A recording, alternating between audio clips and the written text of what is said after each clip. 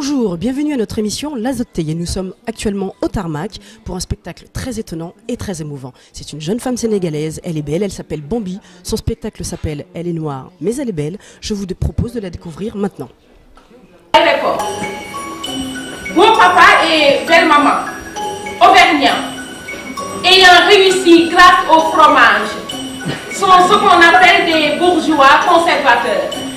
Signe particulier qui croit sans fausse modestie que le blanc est une race supérieure, ne connaissant l'Afrique que sous l'image d'un safari, conduit par des mortiférés, au regard creux et aux ambitions apportées par l'oisiveté et le manque d'esprit. Eh bien, j'étais foutu, quoi. Bonsoir, Bambi. Oui, bonsoir. Alors, nous venons de voir ton spectacle, un spectacle magnifique, un spectacle à la fois étonnant, émouvant. Donc en fait, tu nous racontes ton histoire en partie. Voilà, en grande partie, je vais dire, c'est du vécu. Hein. J'ai puisé donc sur mon histoire personnelle pour raconter. Bon, maintenant, c'est vrai que un auteur au théâtre surtout a le devoir de surpasser un peu son vécu pour toucher plusieurs autres personnes. Et donc voilà, parfois je dérape sur des fictions et sur ce qu'on pourrait même dire des clichés, voilà, de la caricature, même si ce mot ne me convient absolument pas. D'accord. Ah. Donc c'est toi qui écris tes textes? Oui, j'essaie en tout cas. Oui. Donc en fait, tous tes textes sont, on va dire, inspirés, bon ben là en partie de ta vie, et puis beaucoup de fiction. Mais qu'est-ce qui t'inspire en fait à les écrire? Enfin, pour la partie fiction, bien évidemment. C'est, je veux dire, c'est juste prendre ce qui est vrai et le pousser jusqu'à son paroxysme. Par exemple, l'histoire de ces bananes là qu'on me tendait quand je suis arrivée, ça tend à rire. Les gens pensent que bon voilà, c'est résolu et tout ça. Wow!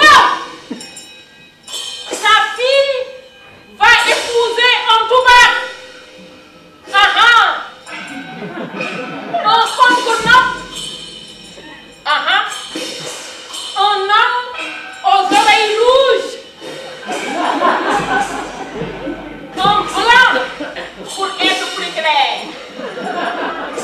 Tu laisses aller l'imaginaire et ça se suit. D'accord.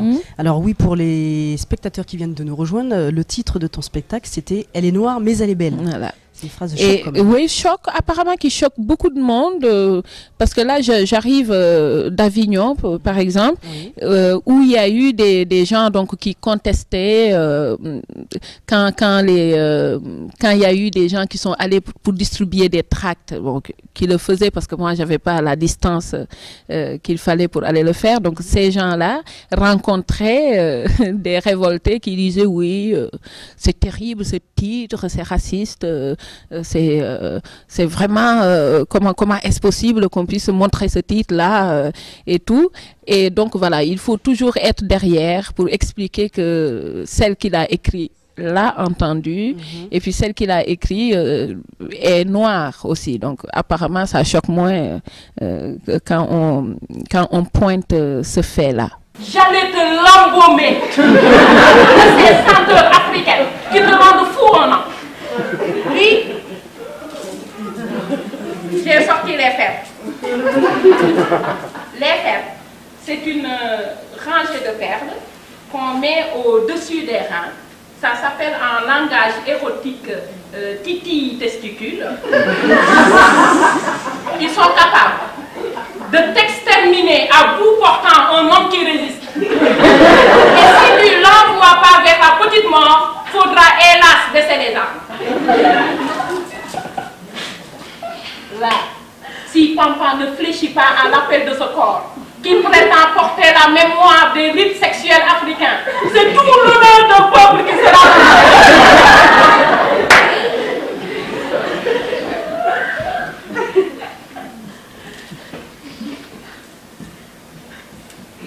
Je l'ai attendu. Et il est venu. Et je me suis retrouvée devant lui, soudain fragile, comme toute femme qui aime, me trouvant ridicule, avec ma lumière tamisée, mes titilles testicules, cherchant un trou pour m'y enterrer. Mais qui dit que les Noirs ne rougissaient pas? Eh bien si. Notre façon à nous de rougir, c'est de perdre tous les rudiments de la langue française. Et on se met tout d'un coup à parler le langage nègre. Oui, chacun sa façon. Vous, quand vous rougissez, ça se voit. Nous, quand on rougit, ça s'entend. Tu as tourné à Avignon. Oui, pendant 1 mois, oui. Et comment le public a réagi à ton spectacle, justement? Alors, le public d'Avignon et le public d'un peu partout, hein, je veux dire de Bretagne ou bien voilà, le public de ma tournée, hein, même d'ici. Ce que je ressens moi, en tant que, enfin, quand selon ma sensibilité, ce que je perçois sur scène, parce que bon, après, je ne vais pas toujours discuter avec le public, mais ce que je perçois et que je ressens, c'est que y a des gens qui peuvent être choqués quand ils entendent parler de sexualité. Oui. Voilà. Et ça, c'est quelque chose qui m'étonne moi-même, parce que je pensais que, bon, en Afrique, je suis certaine que je vais être choquée quand je vais parler de ça. Sûr. Mais ici, je m'attendais absolument pas à ces réactions un peu figées, outrées, d'entendre pourtant d'une manière très lyrique, très simple et j'espère très jolie et poétique, le fait de parler de la sexualité. Moi, c'est quelque chose qui, voilà, j'ai aucun problème avec le corps, avec l'esprit qui va jusqu'à dire ce qu'on peut ressentir. Surtout que là, c'est une partie qui m'a absolument touchée et intéressée de relater. C'est une partie qui concerne ces femmes qui sont en attente en Afrique de leur mari qui sont partis immigrer. Et ces femmes, donc, qui vivent avec leur désir enfui. Ces femmes qui vivent avec le déniement, je pense, de leur sexualité, vu que leurs maris partent pendant des années, des lustres. Donc, et j'ai jamais entendu quelqu'un en parler. J'ai l'impression que c'est des femmes oubliées. Puis tout d'un coup, une main qui se pose sur sa cuisse, remonte son pagne. Salimata ne bougea pas.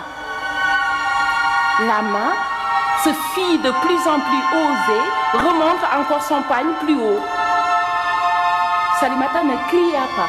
Et la parole sur scène. Eh bien, c'est tout le bien que nous te souhaitons. Ce fut en tout cas un plaisir de t'avoir vu sur scène. J'ai énormément aimé ton spectacle. J'espère que beaucoup de gens viendront encore et encore te voir, que ça durera encore et encore très longtemps. Merci. En tout cas, merci infiniment pour le message que tu nous as fait passer dans ton spectacle. Merci à vous. Et puis, nous, on espère te retrouver très bientôt d'ailleurs. Alors, moi, tout d'abord, je voudrais faire un petit remerciement au caméraman, donc Manu, parce que je n'ai jamais eu l'occasion de le faire. À notre, comment pourrais-je l'appeler ? À notre coordinateur, enfin, vous lui donnerez le titre que vous voudrez, Félix. Merci aussi, alors ça va être un peu difficile à prononcer son nom, mais il s'appelle Scorpen. Voilà. Merci à lui, parce que lui aussi a contribué à ce que ton spectacle soit très beau. Horrible. Voilà. Horrible. Magnifique, des images magnifiques. Les images que nous avons vues derrière, c'est donc lui qui les a faites, et donc un grand merci à lui qui rend ton spectacle magnifique. Oui. Déjà merci que ton spectacle est bien, mais alors avec ça, c'est la totale. Et puis merci pour les gens qui m'ont aidé à préparer cette émission, les questionnaires, enfin merci à tous. Alors je cite Sybille, je cite Gérard, je cite Marc, enfin voilà, merci à tous. Et au Tarmac de la Villette. Et au Tarmac de la Villette, bien évidemment, pour nous avoir reçus pour faire cette émission. Eh bien, on se fait plein de gros bisous et on se dit à bientôt. À bientôt, à bientôt, Maïmouna. Oui, jërëjëf.